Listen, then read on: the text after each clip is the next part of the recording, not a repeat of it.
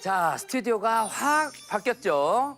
특별한 순서를 위해서 저희가 분위기 전환을 해봤는데요. 궁금한 기업의 히스토리를 알려드리는 비하인드 더 브랜드 스토리, 히스토리 시간입니다. 네, 자 먼저 오늘 기업의 히스토리를 위해서 특별한 분을 모셨는데요. 혁신 경영과 기업가 정신을 연구해 오신 배종태 카이스트 경영대학 명예교수 오늘 함께해 주십니다. 안녕하세요. 네, 안녕하세요. 히스토리를 준비한 하은 아나운서, 오늘 이야기할 기업은 어디입니까? 제가 바로 알려드릴 수는 없고요. 네. 힌트를 드리겠습니다. 아, 퀴즈가 있습니까? 네. 자, 잘 들어보세요. 1930년대 후반 30년대 후반. 영남권의 한 도시에서 아주 조그만 가게로 시작됐습니다. 자, 뒤에 사진이 띄워져 있는데요. 되게 큰 힌트는 아닌 것 같은데. 오, 잠시만요. 오, 지금 시대극 안으로 들어온 것 같아요. 네, 아니 큰 사진이잖아요. 아주 큰 힌트입니다. 네, 그렇습니까? 자, 이곳에서 사과, 건어물, 그리고 뭐든 팔릴만한 것들을 팔기 시작하면서 시작이 됐어요. 감이 좀 오나요? 뭔가 시작은 좀 소박한 느낌이 듭니다. 모르는 느낌이네요. 아직은 잘 모르겠어요. 예. 자, 다음 힌트 갑니다. 해외에서 외국인들한테 한국 기업 아세요라고 물으면 뭐 열에 일곱, 여덟은 이 기업을 댑니다. 아, 정답 알 것 같아요. 제가 맞춰도 되겠죠? 네, 맞춰보시죠. 예. Do you know Samsung? 삼성. 혁수 앵커님, 뒤에 보시죠. 네. 삼성 글자가 딱 써 있었습니다. 뭐예요? 가운데. 그러네요. 전 이제 보입니다. 예, 일단 저는 한문은 먼저 읽고 시작하진 않거든요. 네. 삼성은 코리아라고 하면은 가장 먼저 떠올리는 기업입니다. 요즘 코스피 잘 나가는 거 아시죠? 네네네. 3,700선도 막 넘고 있어요. 네. 우리 코스피를 사실상 견인하고 있는 게 또 삼성 아니겠습니까? 삼성전자가 3분기 분기 매출이 무려 86조 원을 기록했습니다. 그러니까 3분기에만. 맞습니다. 분기 매출 역사상 최대 기록을 발표하게 된 거죠. 연간 매출 아니죠? 맞습니다. 네, 분기 매출입니다. 예, 물론 여기에는 삼성 반도체의 부활이 이제 톡톡히 역할을 하긴 했습니다만 최근에 선보인 갤럭시 폴드 핸드폰 아시죠? 네네네. 네, 이 핸드폰의 선전도 톡톡히 그 역할을 했다라고 분석이 되고 있어요. 자, 근데 여러분, 제가 이 회사를 연구를 좀 해봤습니다. 네. 이제는 진짜 넘을 수 없는 벽이 된 이 갤럭시 휴대전화의 성과가 그냥 만들어진 게 절대 아니에요. 자, 지금부터 제가 준비한 영상을 함께 보시죠.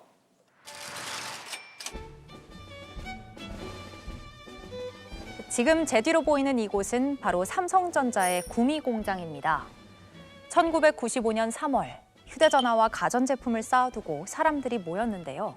이곳에서 삼성이 지금의 명성을 얻게 된 결정적인 사건이 벌어지게 됩니다. 과연 어떤 사건이었을까요? 그날 그 장면을 겪은 사람들의 비하인드 스토리를 한번 들어보시죠.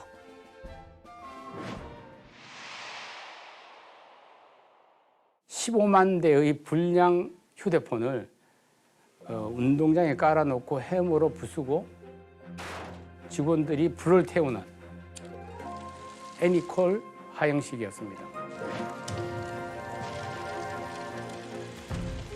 저희 모든 직원들은 우와, 야, 얼마나 충격적이냐 보면 그걸 뭐라 합니까? 오감을 자극하는 메시지를 던진 거예요. 화형식하고 뭐 저게 아이고 저 아까 본거 뭐 이거 하는 거. 현장에 있던 사람들도 정말 놀랐고 그 장면을 실시간으로 화면으로 지켜보던 전 직원들은 거의 숨을 멈출 지경이었습니다. 자, 그런데 애니콜 화형식을 치르기에 앞서 2년 전 이건희 회장은 이미 직원들에게 경고를 보냈습니다. 제 뒤에 있는 이곳은 독일 프랑크푸르트에 있는 최고급 호텔 캠핀스키 호텔인데요. 어느 날 삼성전자의 임원들은 갑작스런 호출을 받고 이곳으로 모이게 됩니다.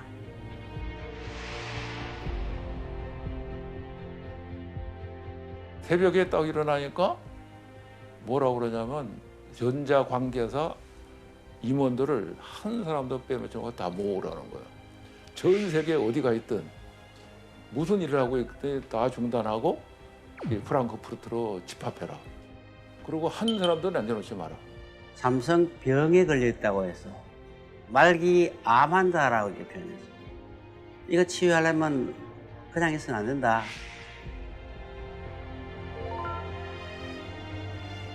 그래갖고 이제 열심히 이제 어레인지를 했는데 회장에서 부르시더라고. 호텔은 어떻게 했나? 가까운 호텔들로 지금 하고 있습니다.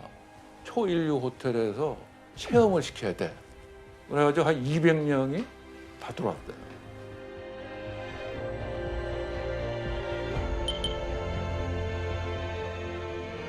바꾸려면 철저히 바꿔. 극단적으로 얘기해. 농담이 아니야. 마누라 자식 빼는 건 다 바꿔봐.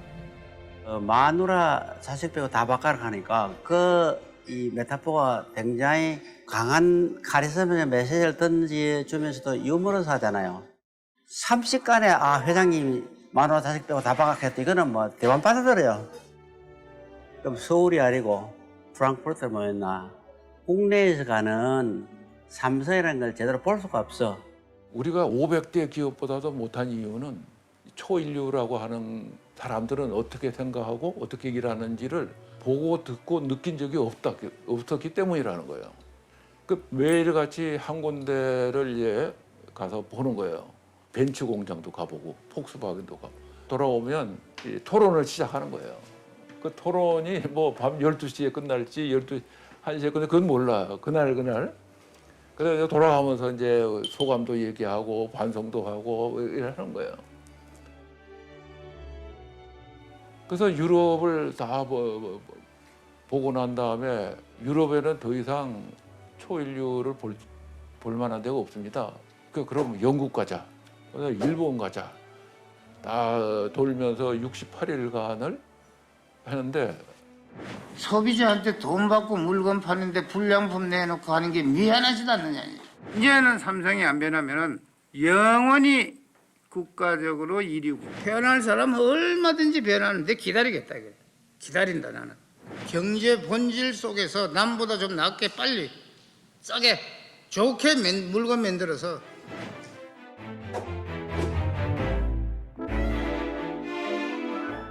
생각해 보세요. 32년 전에 1,800명을 해보면 그 돈이 얼마나 들겠어요. 그런 거를 하겠다고 생각할 수 있는 회사 CEO나 오너가 있을 수 있을까요?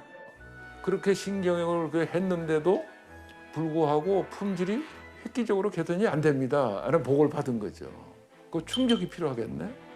그래서 화영식을 기획을 하고 그 덕택에 사실은 오늘날 삼성의 품질이 있는 거예요. 그게 타협을 했었으면 지금도 아마 지지부진할지도 모르죠. 이곳은 이병철 회장의 집무실입니다. 집무실에서 이병철 회장이 쓰고 있는 이 문구. 바로 무한 탐구. 끊임없이 묻고 탐구하라. 항상 임원들에게 묻고 답을 구했던 이건희 회장의 철학이 바로 아버지인 이병철 회장에게서 비롯된 건데요. DNA가 똑같은 것 같아요. 그 5번 왜라는 거 있어요. 질문을 보고를 드리면 그건 왜 그러냐. 또 얘기를 드리면 그건 왜 그러냐. 이렇게 자꾸 내려가는 거예요. 얘기해봐라. 과제가 뭐냐. 그다음 원인이 뭐지.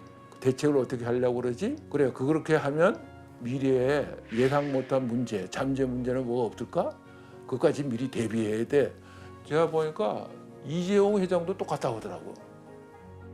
언뜻 보기에 작은 이 공장. 이병철 창업주의 무한탐구 철학이 빛을 발한 곳입니다. 바로 삼성 반도체의 시작점인데요.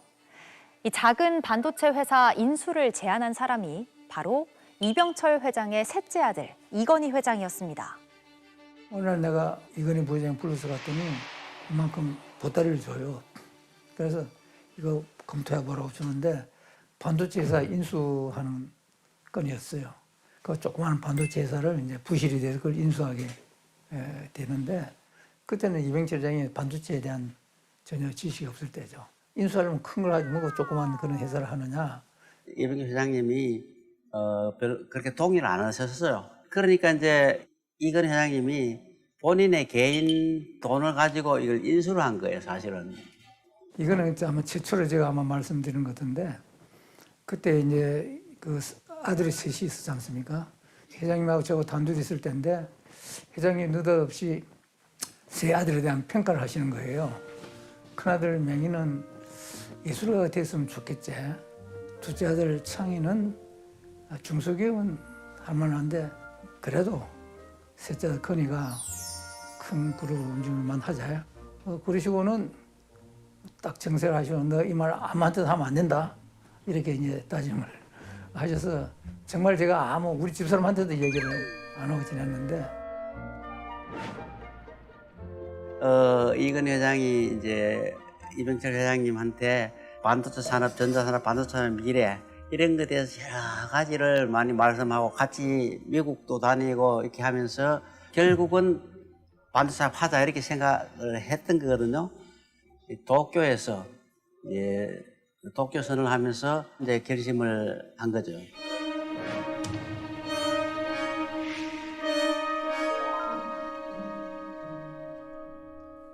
우리도 일본처럼 첨단 기술을 해야 돼. 고부가가치 산업으로 이 생태계를 다 바꾸지 않으면 삼성의 미래가 없어. 근데 삼성의 미래만 없는 것이 아니고 대한민국의 미래가 없어. 한국 정부에 이제 얘기를 내가 하겠다 하니까 정부에서 말려요. 잘못하면 삼성 저거 통째로 말아먹는다. 하지 마라. 이렇게. 주변에 반대가 많았는데 조국에 대한민국의 사업을 통해서 보국을 할 내 마지막 필생의 사업이다. 이걸 하려고 그러는데 기업은 첫째 이 국가에 도움이 되는 기업이 돼야 된다. 국가에 도움이 될 뿐만 아니라 인류에 도움이 돼야 된다. 사업 보국, 나라가 있어야 돼. 나라가 발전해야 우리 기업도 살아. 이렇게 삼성을 만든 이병철 회장과 삼성을 키운 이건희 회장. 선대 회장들의 철학을 이어받아 곧이어 이재용 회장의 시대가 열리게 됩니다. 그런데 2016년 결코 쉽지 않은 시험대 앞에 놓이게 되는데요. 삼성전자가 갤럭시 노트 7에 대해 사실상 제품 단종을 결정했습니다. 배터리 발화 사건이 있을 때 저는 부산사업부 본사에 근무하고 있었습니다. 삼성전자가 겪은 가장 어려웠던 고비 중에 하나였습니다. 수조 원에 달하는 손실을 감수하고 이재용 부회장이 결정을 내리는 것을 보고 저희 모든 임직원도 중심을 잡고 새로운 방향으로 나아갈 수 있었습니다. 당시 내부에서는 배터리만 교환하자는 의견도 있었지만 당시 부회장이었던 이재용 회장이 전면에 나서서 아주 과감한 결단을 내린 거죠. 그렇게 되면서 사실 손실이 약 4조 원을 넘었었거든요. 아주 굉장한 금액이죠. 이 발화 사건 이후에 삼성은 그 배터리 안정성 검사 프로세스를 물론 아주 대폭 강화를 했고 오히려 고객들에게 삼성은 정말 안전에 진실인 기업이구나 하는 그런 이미지를 심어줬습니다. 그리고 이 사건을 통해서 이재용 회장의 리더십이 다시 한번 더 인정을 받게 됐고 삼성전자 등기이사에 공식 취임하는 그런 계기도 됐습니다. 그런데 이게 제 느낌일 수는 있는데 이재용 회장님은 선대 회장님들보다는 조금 더 뭔가 친근한 이미지가 있는 것 같아요. 저만 그렇습니까? 저도 그렇게 느껴요. 막 전통시장에서 떡볶이 같은 것도 이렇게 주시고. 맞아요. 그거 봤습니다. 그런데 그런 친근한 이미지와 달리 사실은 기업인으로서도 이재용 회장이 성과가 굉장히 많습니다. 대표적인 사례가 바로 삼성 바이오로직스를 들 수가 있는데요. 삼성 바이오로직스는요, 2011년에 설립이 됐습니다. CDMO 전문 기업으로 설립이 됐는데 설립된 지 10년 만에 세계 1위가 됩니다. 사실 바이오 산업은요, 기반이 전혀 없었어요. 이른바 맨 땅에서 시작한 사업이다 이렇게 볼 수가 있는데요. 세계 1위까지 사실은 도약을 했으니까 이건 이재용 회장의 기업가로서의 어떤 성과다 이렇게 분명히 우리가 볼 수가 있습니다. 그리고 기업 가치도 엄청나게 올랐어요. 바이오로직스가 그 시가총액이 2016년에 상장될 때만 하더라도 한 10조 원 정도였는데 지금은 거의 73조 원이 돼서 거의 7배 이상으로 올랐습니다. 근데 이 원래 반도체를 잘하던 삼성이 갑자기 바이오에 진출을 한 거잖아요. 완전히 새로운 분야로 뛰어든 거니까 처음에는 좀 주변의 반대나 망설임도 있지 않았을까요? 예, 사실 2000년대 후반 그 바이오 사업에 도전하려고 할 때 삼성 안팎에 망설임이 꽤 있었죠.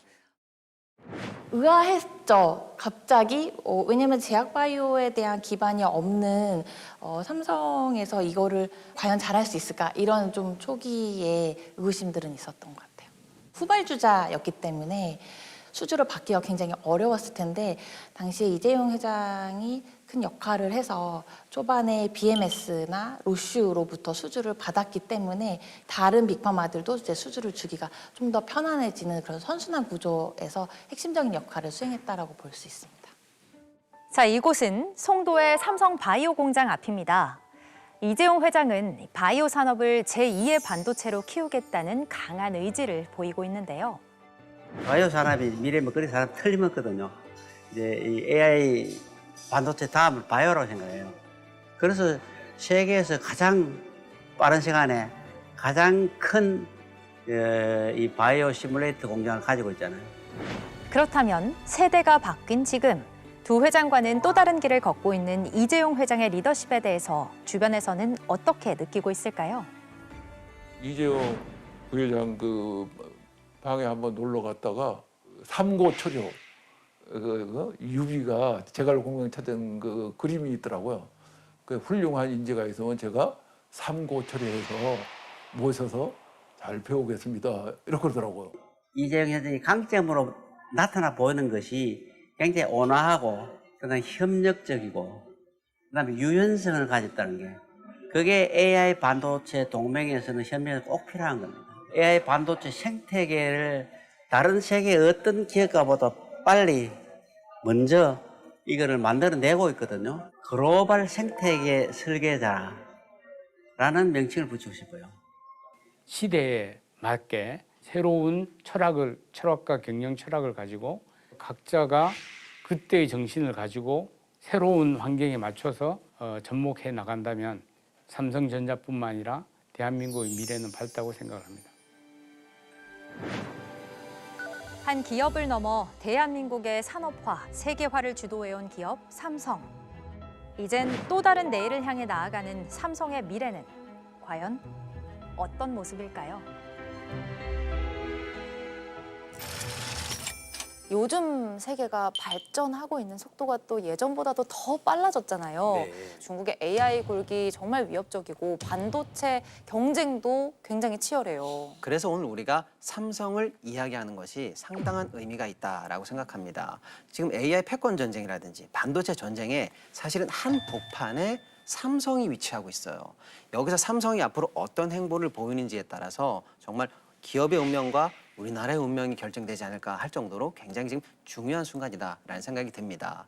네, 이렇게 이야기를 나눠보니까 진짜 이런 상황에서 오늘 비스토리로 삼성 이야기를 하는 게 정말 큰 의미가 있는 것 같습니다. 자, 오늘 삼성에 대해서 새로운 사실, 비하인드 스토리들을 당사자들의 입을 통해 실감나게 들으면서 정말 흥미로운 시간이었습니다.